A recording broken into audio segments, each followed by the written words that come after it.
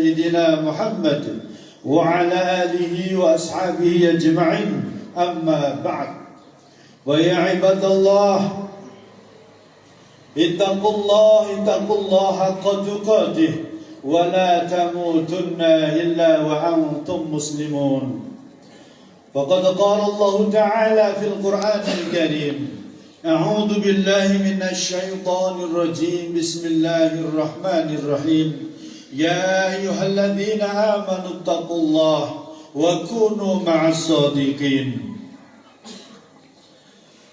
الله أكبر الله أكبر الله أكبر ولله الحمد. Hadirin jamaah Idul Fitri yang dimuliakan Allah Subhanahu wa taala. Maha besar Allah Subhanahu wa taala, Tuhan yang menciptakan alam semesta beserta seluruh isinya. Dialah Allah yang menciptakan langit bumi dengan segala perhiasannya. Dialah Allah yang menciptakan matahari, bulan dan bintang. Dialah Allah Subhanahu wa taala yang menciptakan juta-juta makhluk. Ada yang ditempatkan di angkasa raya, ada yang ditempatkan di hutan belantara, ada yang ditempatkan di dalam tanah, di daratan, dan ada pula di lautan bebas sesuai dengan kehendaknya. Dialah Allah yang memelihara, memberikan rezeki kepada seluruh makhluknya.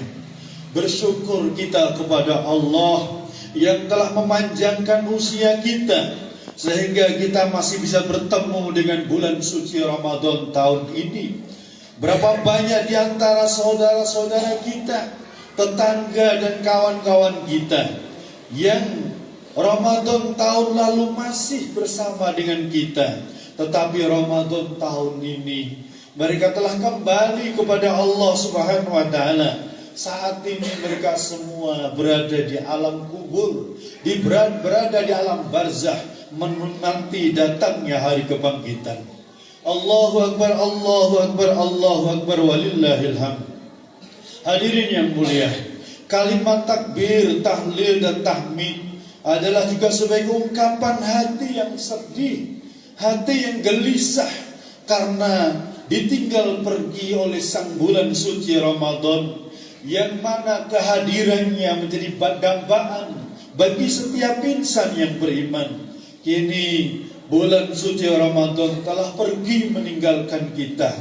Mestinya kita harus bersedih, bahkan menangis, sebab matahari, bulan dan seluruh malaikat pun menangis atas kepergian bulan suci Ramadan ini.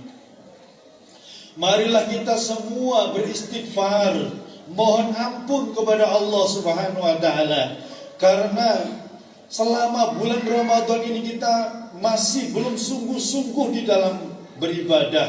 Masih banyak waktu yang kita sia-siakan, bahkan kita masih banyak melakukan perbuatan sia-sia di bulan ini. Kita tidak tahu lagi apakah Allah akan memberikan kita umur panjang sehingga kita masih bisa bertemu dengan bulan Ramadan tahun yang akan datang, ataukah bulan Ramadan tahun ini adalah bulan Ramadan yang terakhir kali dalam hidup kita.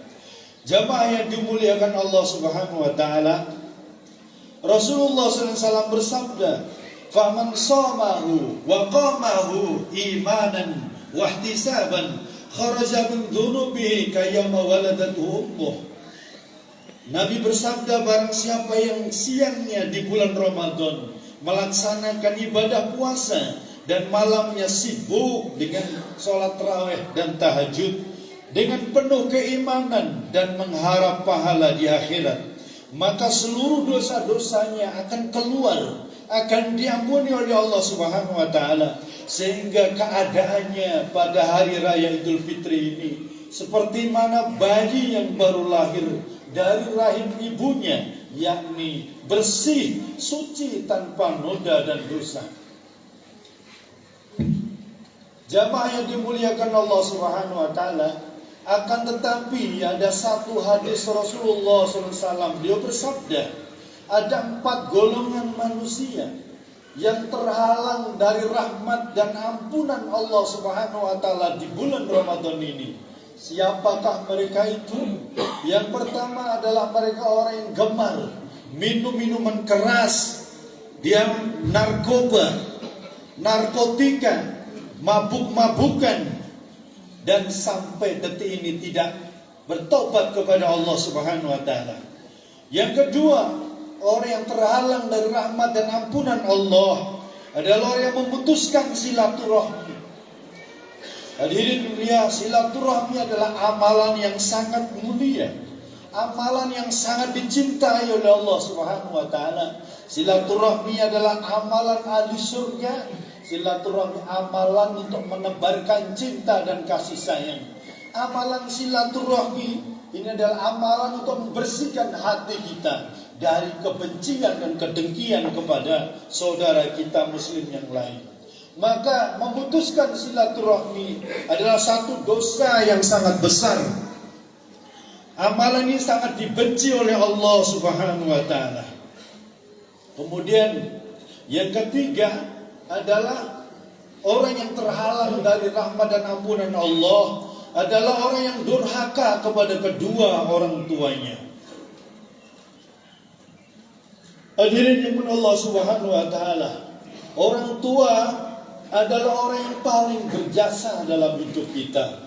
Kebaikannya tidak akan bisa dibalas dengan apapun. Kasih sayangnya begitu tulus dan ikhlas demi membesarkan kita, demi membahagiakan kita. Berapa banyak mereka harus mengalami penderitaan dan kesusahan.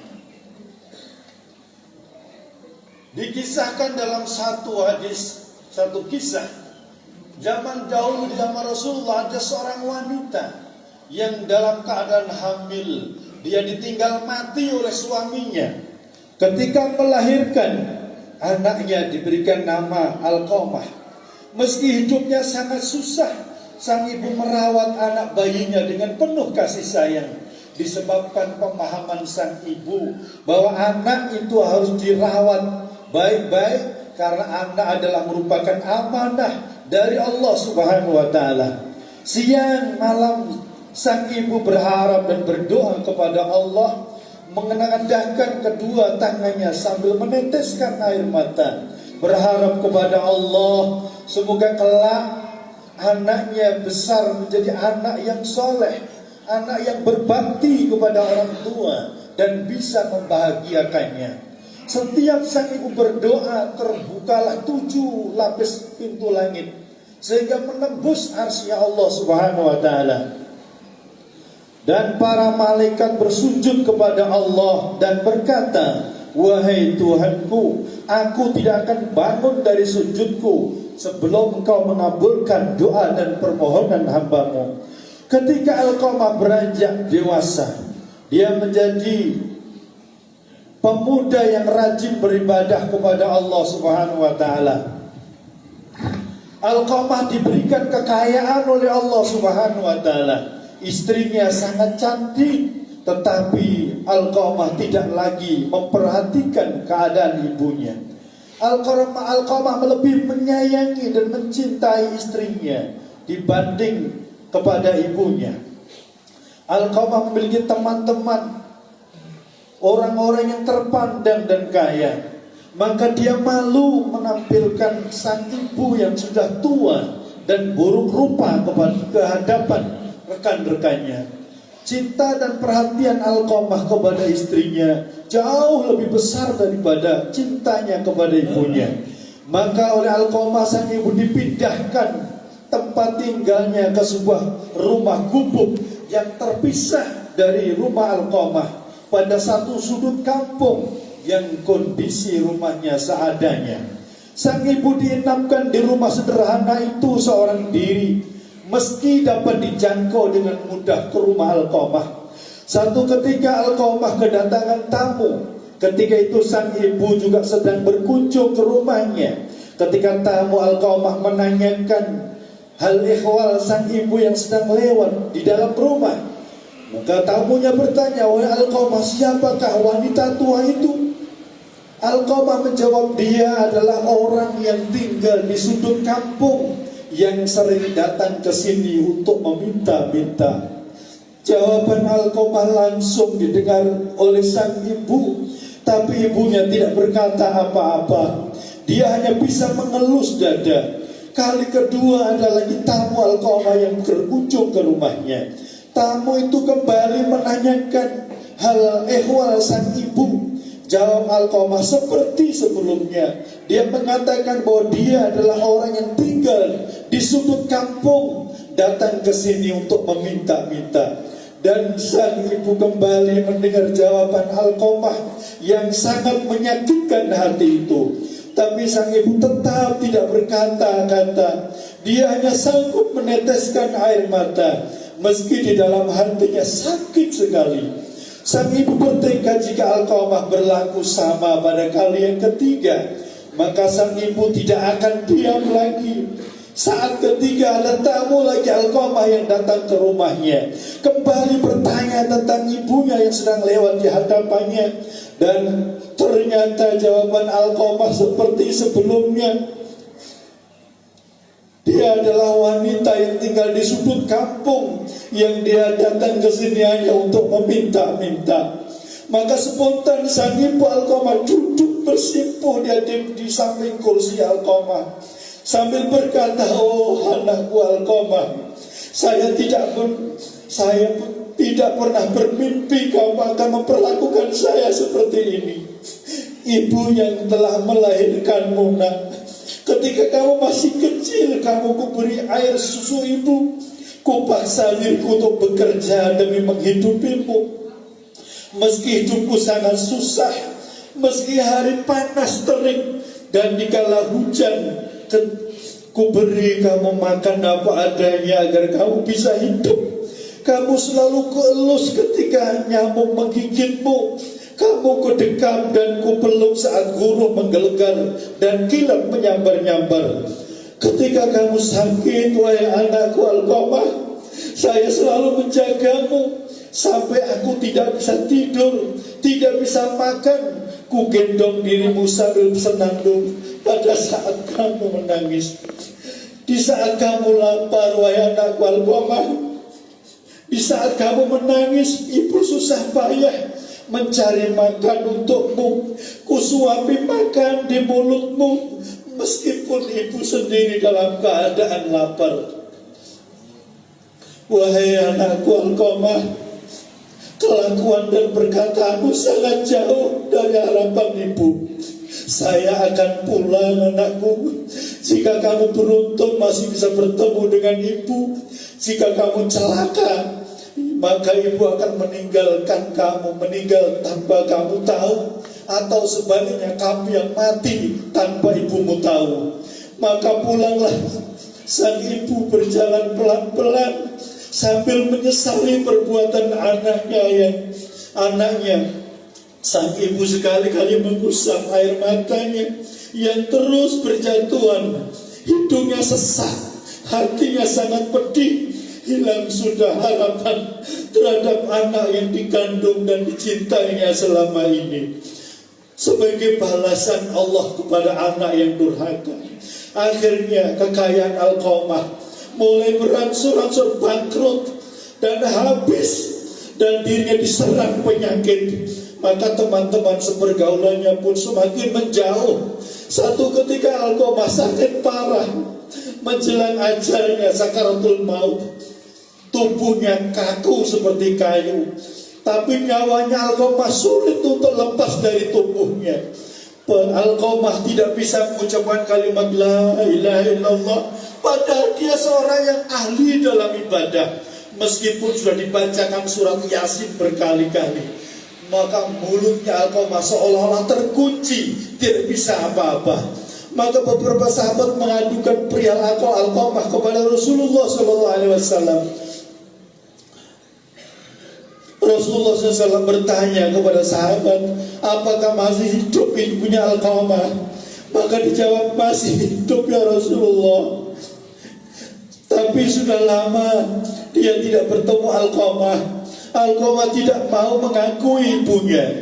Rasulullah SAW menyuruh sahabat datang kepada ibunya Alqamah dan suruh menemui anaknya. Sang ibu berkata, sudah tidak ada lagi ibunya Alqamah. Dia sudah tidak mau saya sebagai ibunya. Saya tetap peduli pada sakitnya, tapi saya lebih sakit hati atas perbuatan dan perkataannya kepada saya. Kali yang ketiga, sang ibu dijemput oleh para sahabat agar menemui anaknya yang sedang sakaratul maut dan tidak bisa mati-mati.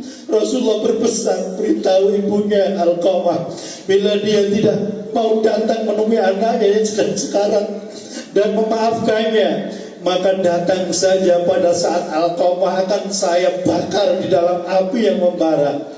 Demi cinta dan sayangnya seorang ibu kepada anaknya, maka datanglah ibu Alqamah, duduk di dekat Rasulullah SAW, memandang anaknya yang diangkat rame-rame para sahabat dan akan dilemparkan ke dalam api yang membara.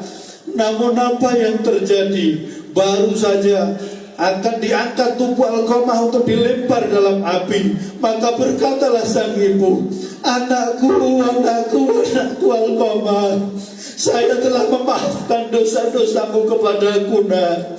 Ketika itu pula maka Alqamah mengembuskan nafasnya yang terakhir setelah berhari-hari mengalami sakaratul maut dengan mengucapkan kalimat la ilaha illallah.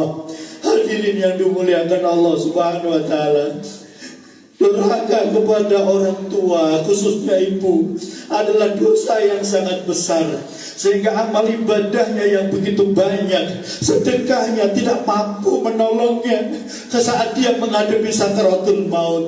Hadirin yang mulia, ridhonya orang tua itu sudah ada ridhonya Allah Subhanahu wa taala. Ketika ibunya meridhoi Alqamah, memaafkan dia, maka dia pun meninggal dengan husnul khatimah.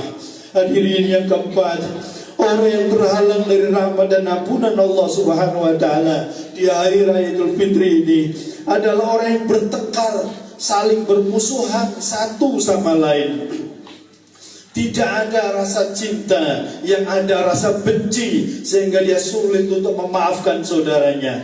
Hadirin yang mulia, dosa kepada Allah Subhanahu wa taala mudah apabila kita ini mau bertaubat kepada Allah Subhanahu wa taala. Sebesar apapun dosa kita, Allah akan memaafkan kita. Tapi dosa kepada manusia itu sangat sulit, kecuali saling memaafkan. Di dalam satu kisah ada seorang sahabat yang namanya Ukasyah. Beliau adalah orang tua. Suatu hari sebelum Rasulullah wafat, Nabi telah jatuh sakit agak lama, sehingga kondisi beliau sangat lemah. Pada satu hari Rasulullah meminta sahabat Bilal untuk memanggil seluruh para sahabat ke masjid. Tidak lama kemudian penuhlah masjid dengan para sahabat. Semuanya merasa rindu setelah sekian lama tidak mendapatkan nasihat dari Nabi SAW. Beliau duduk dengan lemah di atas mimbar. Wajahnya terlihat pucat, basi menahan sakit yang tengah dideritanya. Kemudian Rasulullah SAW bersabda, wahai sahabat-sahabatku semua, aku ingin bertanya kepada kalian, apakah telah aku sampaikan agama ini semua kepada kalian? Bahwa sesungguhnya Allah adalah satu-satunya Tuhan Rabb kita yang layak disembah. Semua sahabat menjawab dengan suara serentak, benar ya Rasulullah, semua telah kau sampaikan kepada kami. Sabda Nabi SAW, persaksikanlah ya Allah, sesungguhnya aku telah sampaikan amanah agama ini kepada mereka. Kemudian Nabi bersabda lagi, dan setiap apa yang disabdakan Nabi selalu dibenarkan oleh para sahabat. Akhirnya sampailah kepada satu pertanyaan yang menjadikan para sahabat sedih dan terharu. Rasulullah SAW bersabda, sesungguhnya aku tidak lama lagi akan kembali menemui Allah. Sesungguhnya tidak lama lagi aku akan meninggalkan kalian, menemui Allah Subhanahu wa taala. Maksudnya Nabi akan meninggal dunia. Dan sebelum aku pergi, aku ingin menyelesaikan urusan dengan kalian. Aku ingin bertanya kepada kalian semua, adakah aku berhutang kepada kalian? Aku ingin menyelesaikan hutang-hutang itu sebelum aku mati. Sebab aku tidak mau bertemu dengan Allah dalam keadaan aku berhutang kepada manusia. Saat itu semua sahabat diam. Dalam hati masing-masing berkata, mana ada Nabi berhutang kepada kita. Justru kitalah yang banyak berhutang kepada Rasulullah. Nabi mengulang pertanyaannya sampai 3 kali. Tiba-tiba bangunlah seorang laki-laki, sahabat bernama Ukasyah, seorang sahabat yang dahulu sebelum masuk Islam, dia adalah seorang preman. Dia berkata, wahai Rasulullah, aku ingin menyampaikan masalah ini kepadamu. Seandainya ini dianggap hutang, maka aku minta kau selesaikan hutang itu kepadaku. Seandainya bukan termasuk hutang, maka tidak perlu kau berbuat apa-apa kepadaku. Rasulullah SAW bersabda, sampaikanlah kepadaku wahai Ukasyah. Maka Ukasyah pun mulai bercerita, ya Rasulullah, aku masih ingat sekali ketika perang Uhud dulu, satu ketika engkau menunggang kuda, lalu engkau memukulkan cambuk dengan keras ke belakang kuda itu. Tetapi cambuk itu tidak mengenai kudamu, justru mengenai dadaku. Sebab ketika itu aku berdiri di belakang kuda yang kau tunggangi ya Rasulullah. Mendengar itu, Nabi SAW berkata, sesungguhnya itu adalah hutang wahai Ukasyah. Kalau dulu aku pukul kau dengan cambuk, maka hari ini aku akan terima hal yang sama. Dengan suara yang agak tinggi Ukasyah berkata, kalau begitu aku ingin segera melakukannya kepadamu ya Rasulullah. Ukasyah seakan-akan merasa tidak bersalah, berkata demikian kepada Rasulullah. Sedangkan ketika itu sebagian sahabat berteriak marah kepada Ukasyah, sesungguhnya engkau tidak berperasaan wahai Ukasyah. Bukankah baginda Nabi sedang sakit? Ukasyah tidak menghiraukan semua perkataan mereka. Rasulullah SAW meminta Bilal mengambil cambuk di rumah Fatimah. Bilal meminta cambuk dari Fatimah. Lalu Fatimah bertanya, untuk apa Rasulullah meminta cambuk ini wahai Bilal? Bilal menjawab dengan nada sedih, cambuk ini akan digunakan Ukasyah untuk memukul Rasulullah SAW. Fatimah terperanjat dan menangis. Fatimah seraya berkata, kenapa Ukasyah hendak memukul ayahku? Ayahku sedang sakit. Kalau mau pukul-pukullah aku anaknya. Bilal menjawab, sesungguhnya ini adalah urusan di antara mereka berdua. Bilal membawa cambuk itu ke masjid, lalu diberikan kepada Ukasyah. Setelah mengambil cambuk tersebut, Ukasyah menuju ke hadapan Rasulullah SAW. Tiba-tiba Abu Bakar berdiri menghalanginya. Ukasyah sambil berkata, Ukasyah, kalau kau mau memukul, pukullah aku saja. Aku adalah Abu Bakar, orang yang pertama beriman dengan apa yang Rasulullah sampaikan. Akulah sahabatnya di kala suka dan duka. Kalau kamu mau pukul, pukullah aku sebagai gantinya. Nabi berkata, duduklah wahai Abu Bakar, ini adalah urusanku dengan Ukasyah. Ukasyah menuju ke hadapan Rasulullah SAW, maju berlangkah. Kemudian Umar berdiri menghalangi Ukasyah sambil berkata, Ukasyah, kalau kau mau memukul, pukul aku saja.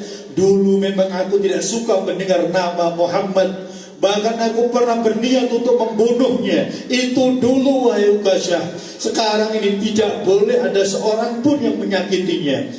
Kalau kau berani menyakiti Rasulullah, langkahi dulu mayatku. Lalu dijawab oleh Rasulullah, duduklah kau wahai Umar, ini adalah urusanku dengannya. Ukasyah menuju lagi ke depan, mendekati Rasulullah SAW. Tiba-tiba Ali bin Abi Thalib, sepupu dan menantu Nabi, dia menghalangi Ukasyah sambil berkata, Ukasyah, kau dah memukul Nabi, pukullah aku saja. Darah yang sama mengalir dalam tubuhku ini wahai Ukasyah. Dijawab Nabi, duduklah wahai Ali, ini urusanku. Ukasyah semakin dekat dengan Nabi. Tiba-tiba tidak disangka-sangka, bangkitlah kedua cucu kesayangan Rasulullah SAW, yaitu Sayyidina Hasan dan Husain. Mereka berdua memegangi tangan Ukasyah sambil memohon, wahai paman Ukasyah, pukullah kami paman, kakek kami sedang sakit, pukullah kami saja wahai paman. Sesungguhnya kami adalah cucu kesayangan Rasulullah. Memukul kami sama dengan memukul kakekku. Menyakiti kami sama dengan menyakiti kakekku, wahai paman. Nabi bersabda, wahai cucu-cucu kesayanganku, duduklah kamu nak. Ini urusanku dengan urusan kakek Ukasyah, dengan urusan paman Ukasyah. Begitu sampai di tangga mimbar, dengan lantang Ukasyah berkata, bagaimana aku akan memukul engkau ya Rasulullah? Engkau duduk di atas dan aku di bawah. Kalau kau mau aku pukul, turunlah ke bawah sini. Rasulullah SAW memang manusia yang terbaik. Kekasih Allah Subhanahu wa Ta'ala itu minta beberapa sahabat untuk memapahnya ke bawah, turun dari mimbar. Rasulullah SAW duduk di sebuah kursi. Lalu dengan suara tegas Ukasyah berkata lagi, ya Rasulullah, dulu waktu engkau memukulku, aku tidak memakai baju. Aku ingin memukulmu dan tanpa engkau memakai baju. Para sahabat sangat marah mendengar perkataan Ukasyah. Tanpa berlama-lama dalam keadaan lemah, Nabi membuka bajunya. Lalu terlihatlah tubuh Rasulullah yang sangat indah, sedangkan beberapa batu teringkat di perut beliau, pertanda Rasulullah SAW menahan lapar yang sangat. Kemudian Nabi berkata, wahai Ukasyah, segeralah jangan kamu berlebih-lebihan, nanti Allah Subhanahu wa Ta'ala akan murka kepadamu. Ukasyah langsung merangsek maju menuju Rasulullah SAW. Cambuk di tangannya dilempar jauh-jauh. Kemudian dia peluk tubuh Rasulullah SAW seerat-eratnya sambil menangis sejadi-jadinya. Ukasyah berkata, ya Rasulullah, ampuni aku ya Rasulullah, maafkan aku ya Rasulullah.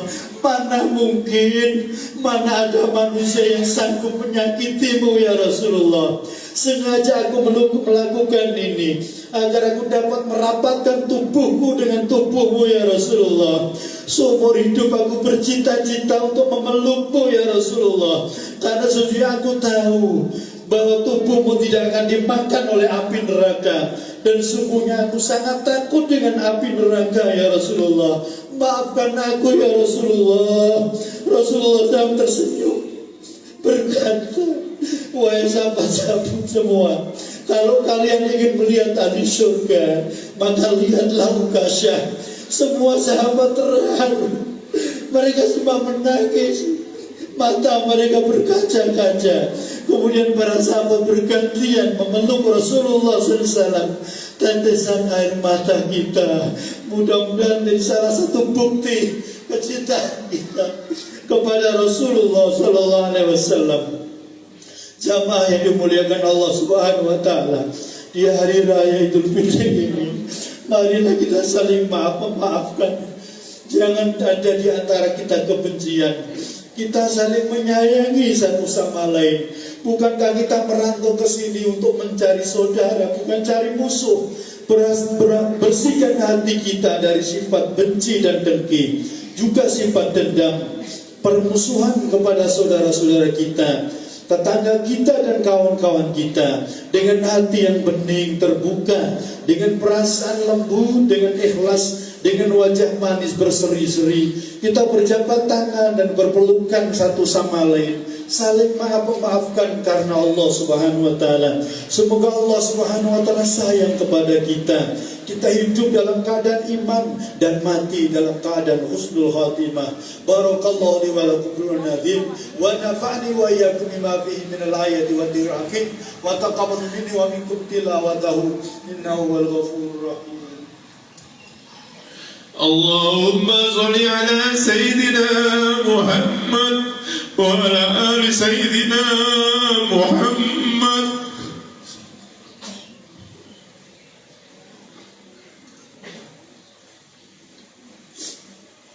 Alhamdulillah, wassalatu wassalamu ala rasulillah.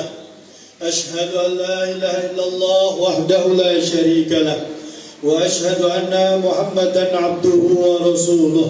اللهم صل على سيدنا محمد وعلى آل سيدنا محمد. أما بعد فيا عباد الله اتقوا الله حق تقاته ولا تموتن إلا وأنتم مسلمون.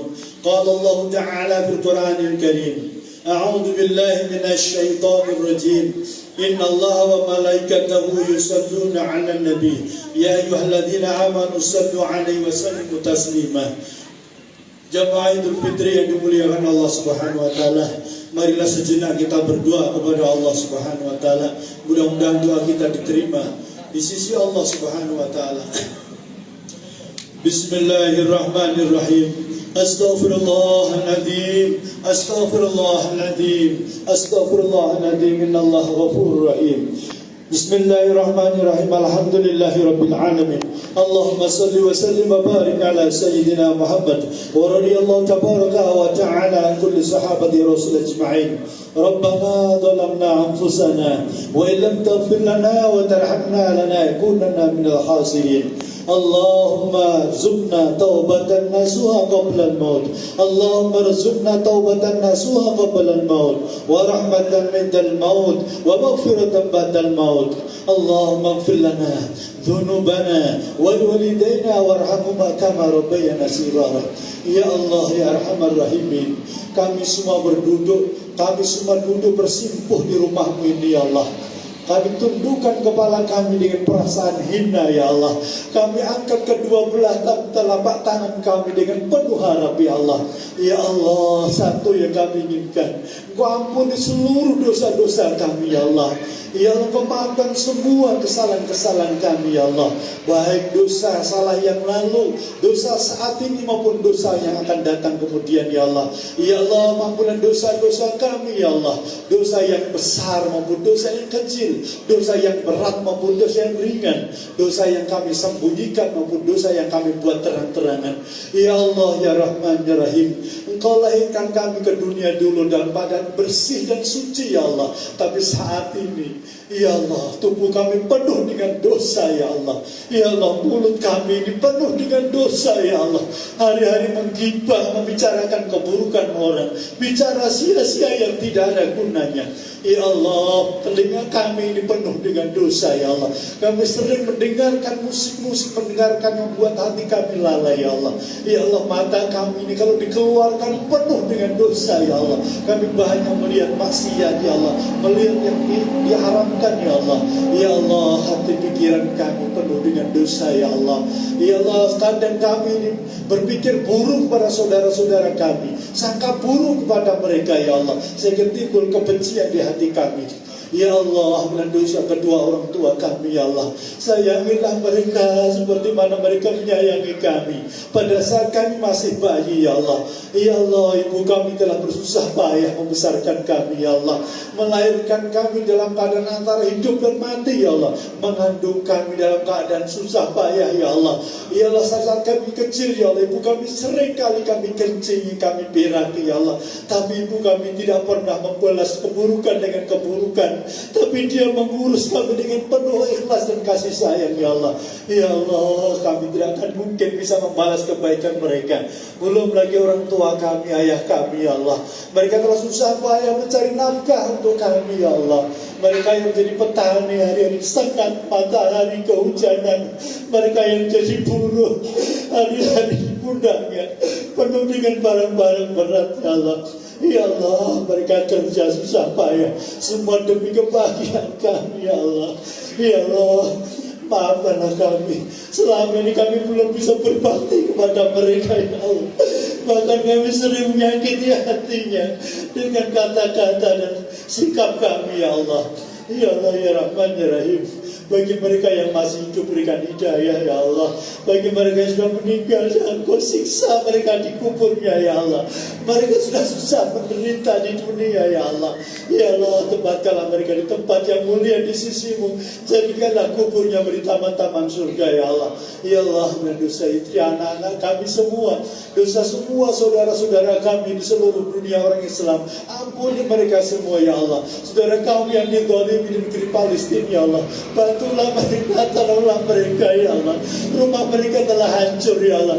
Mereka dalam kelaparan, dalam kemiskinan ya Allah, dalam keadaan tidak memiliki apa-apa ya Allah. Bantulah mereka, tolonglah mereka ya Allah. Ya Allah, dengarkanlah doa kami ya Allah. Gunakanlah sisa-sisa hidup kami untuk taat kepada Engkau ya Allah. Matikanlah kami dalam keadaan kami berdoa. Matikanlah kami dalam keadaan kami sholat ya Allah. Matikanlah kami dalam keadaan kami berpuasa. Matikan kami dalam keadaan zikir dan baca Quran. Matikanlah kami dalam keadaan bersujud di hadapan-Mu ya Allah. Ya Allah, terimalah doa kami. Rabbana atina fid dunya hasanah wa fil akhirati hasanah wa qina adzabannar. Subhana rabbika rabbil izzati amma yasifun wa salamun alal mursalin walhamdulillahi rabbil alamin. Assalamualaikum warahmatullahi wabarakatuh. Allahumma salli ala Muhammad ya Rabbi salli alaihi wasallim.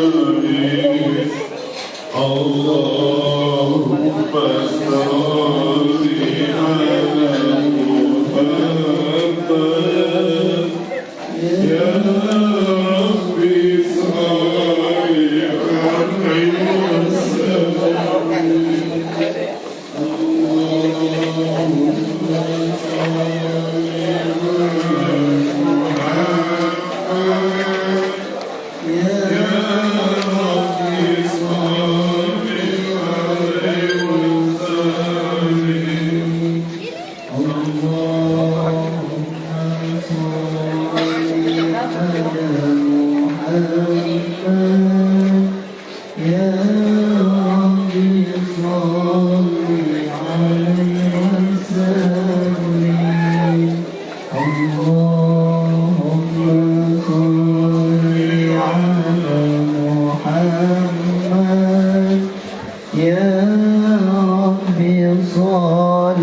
alaihi